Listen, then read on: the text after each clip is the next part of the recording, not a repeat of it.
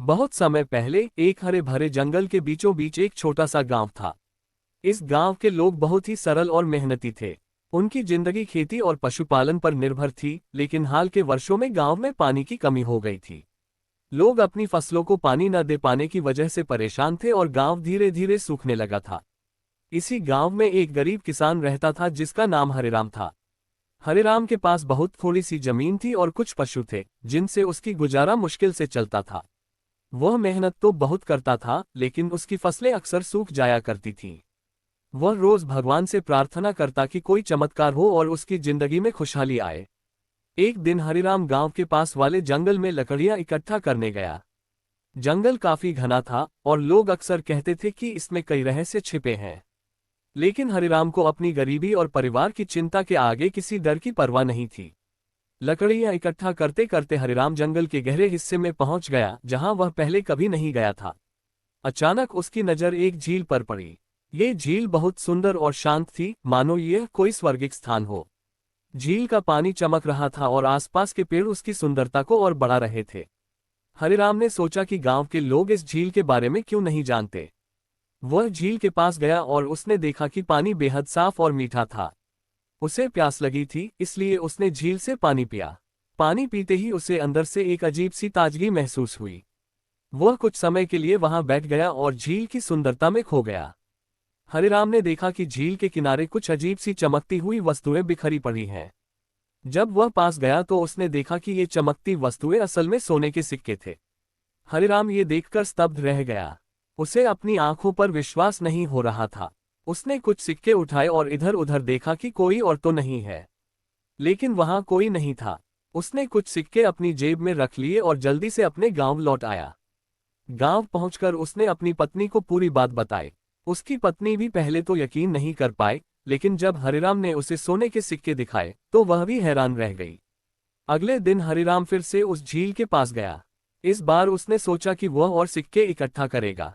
जब वह झील के पास पहुंचा तो उसे फिर से किनारे पर सोने के सिक्के मिले। उसने और भी सिक्के उठाए और घर आ गया। अब हरिराम के पास इतने पैसे हो गए थे कि वह अपनी जमीन में सुधार कर सके और अपने पशुओं की देखभाल कर सके। कुछ ही समय में हरिराम का जीवन बदल गया।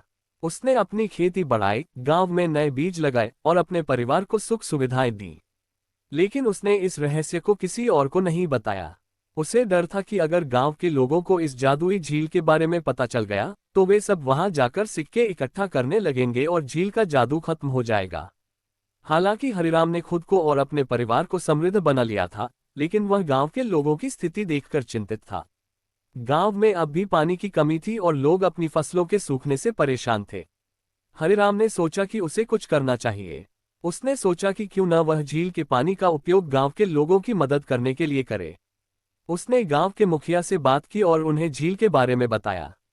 मुखिया ने पहले तो इस बात पर विश्वास नहीं किया, लेकिन जब हरिराम ने उन्हें झील का पानी दिखाया और बताया कि यह पानी फसलों के लिए कितना लाभकारी है, तो मुखिया भी तैयार हो गए। हरिराम और गांव के लोगों ने मिलकर झील से पानी लाने के लिए एक छोटी नहर बनाई। अब गांव के लोग अपनी फसलों को झील के पानी से सींचने लगे। कुछ ही समय में गांव में फिर से हरियाली लौट आए। फसलें लहलहाने लगीं और गांव के लोग खुशहाल हो गए। गांव के लोग हरिराम का आभार मानने लगे। उन्हें नहीं पता था कि यह झील सिर्फ पानी ही नहीं, बल्कि सोना भी देती है। हरिराम ने इस रहस्य को अपने तक ही सीमित रखा, क्योंकि उसे लगता था कि अगर लोग इस बारे में जान गए तो लालच उन्हें अंधा कर देगा। हरिराम की जिंदगी में सब कुछ अच्छा चल रहा था, लेकिन एक दिन गांव में एक व्यापारी आया जो दूर के शहर से था। उसने गांव में हो रहे सुधार को देखा और उसे समझ में नहीं आ रहा था कि इतने समय से सूखा पड़े गांव में अचानक इतनी खुशहाली कैसे आ गई। व्यापारी ने गांव के लोगों से पूछताछ की, लेकिन कोई भी उसे कुछ खास जानकारी नहीं दे पाया। आखिरकार उसने मुखिया से बात की और मुखिया ने उसे झील के बारे में बताया। व्यापारी ने सोचा कि अगर यह झील इतना पानी दे सकती है तो इसमें कुछ और भी खास जरूर होगा। उसने झील की खोज करने का निश्चय किया। एक दिन व्यापारी चुपके से झील के पास गया। उसने देखा कि झील के किनारे सोने के सिक्के बिखरे पड़े थे। उसकी आंखें लालच से चमक उठीं। उसने सोचा कि अगर वह इन सिक्कों को अपने कब्जे में ले ले तो वह अमीर बन सकता है। उसने बिना समय गंवाए सिक्के इकट्ठा करने शुरू कर दिए। लेकिन जैसे ही उसने सिक्के उठाए, झील की पानी की सतह में हलचल होने लगी। अचानक झील से एक तेज आवाज आई, जो भी इस झील का लालच करेगा उसे इसका परिणाम भुगतना पड़ेगा। व्यापारी डर के मारे सिक्के छोड़कर भाग गया, लेकिन वह झील के जादू को नहीं समझ पाया और लालच में अंधा हो गया। उसने सोने के लालच में गांव के लोगों को धोखा देने की योजना बनाई। व्यापारी ने गांव के लोगों को ये झूठ बोलना शुरू कर दिया कि झील में बहुत सारा सोना है और अगर वे लोग चाहें तो अमीर बन सकते हैं। उसने कहा कि उन्हें बस थोड़े से पैसे देकर उसकी मदद लेनी होगी और वह उन्हें सोना इकट्ठा करने का तरीका बताएगा। गांव के कुछ लोग व्यापारी की बातों में आ गए और उन्होंने अपने पैसे उसे दे दिए। लेकिन जब वे झील के पास पहुंचे तो वहां कोई सोना नहीं मिला।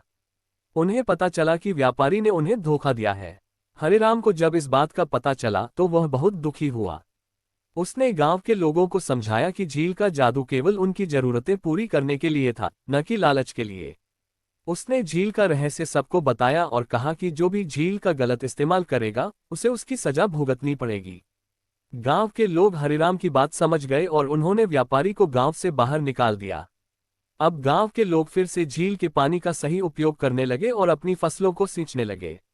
झील का जादू फिर से काम करने लगा और गांव में समृद्धि लौट आए।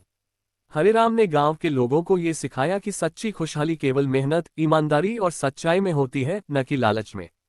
सोना देने वाली जादुई झील का रहस्य अब भी गांव के लोगों के बीच था, लेकिन अब कोई भी उसका गलत इस्तेमाल नहीं करता था। इस प्रकार हरिराम और गांव के लोग झील के जादू का सही तरीके से उपयोग करके खुशहाल जीवन जीने लगे और उनका गांव पूरे इलाके में एक मिसाल बन गया।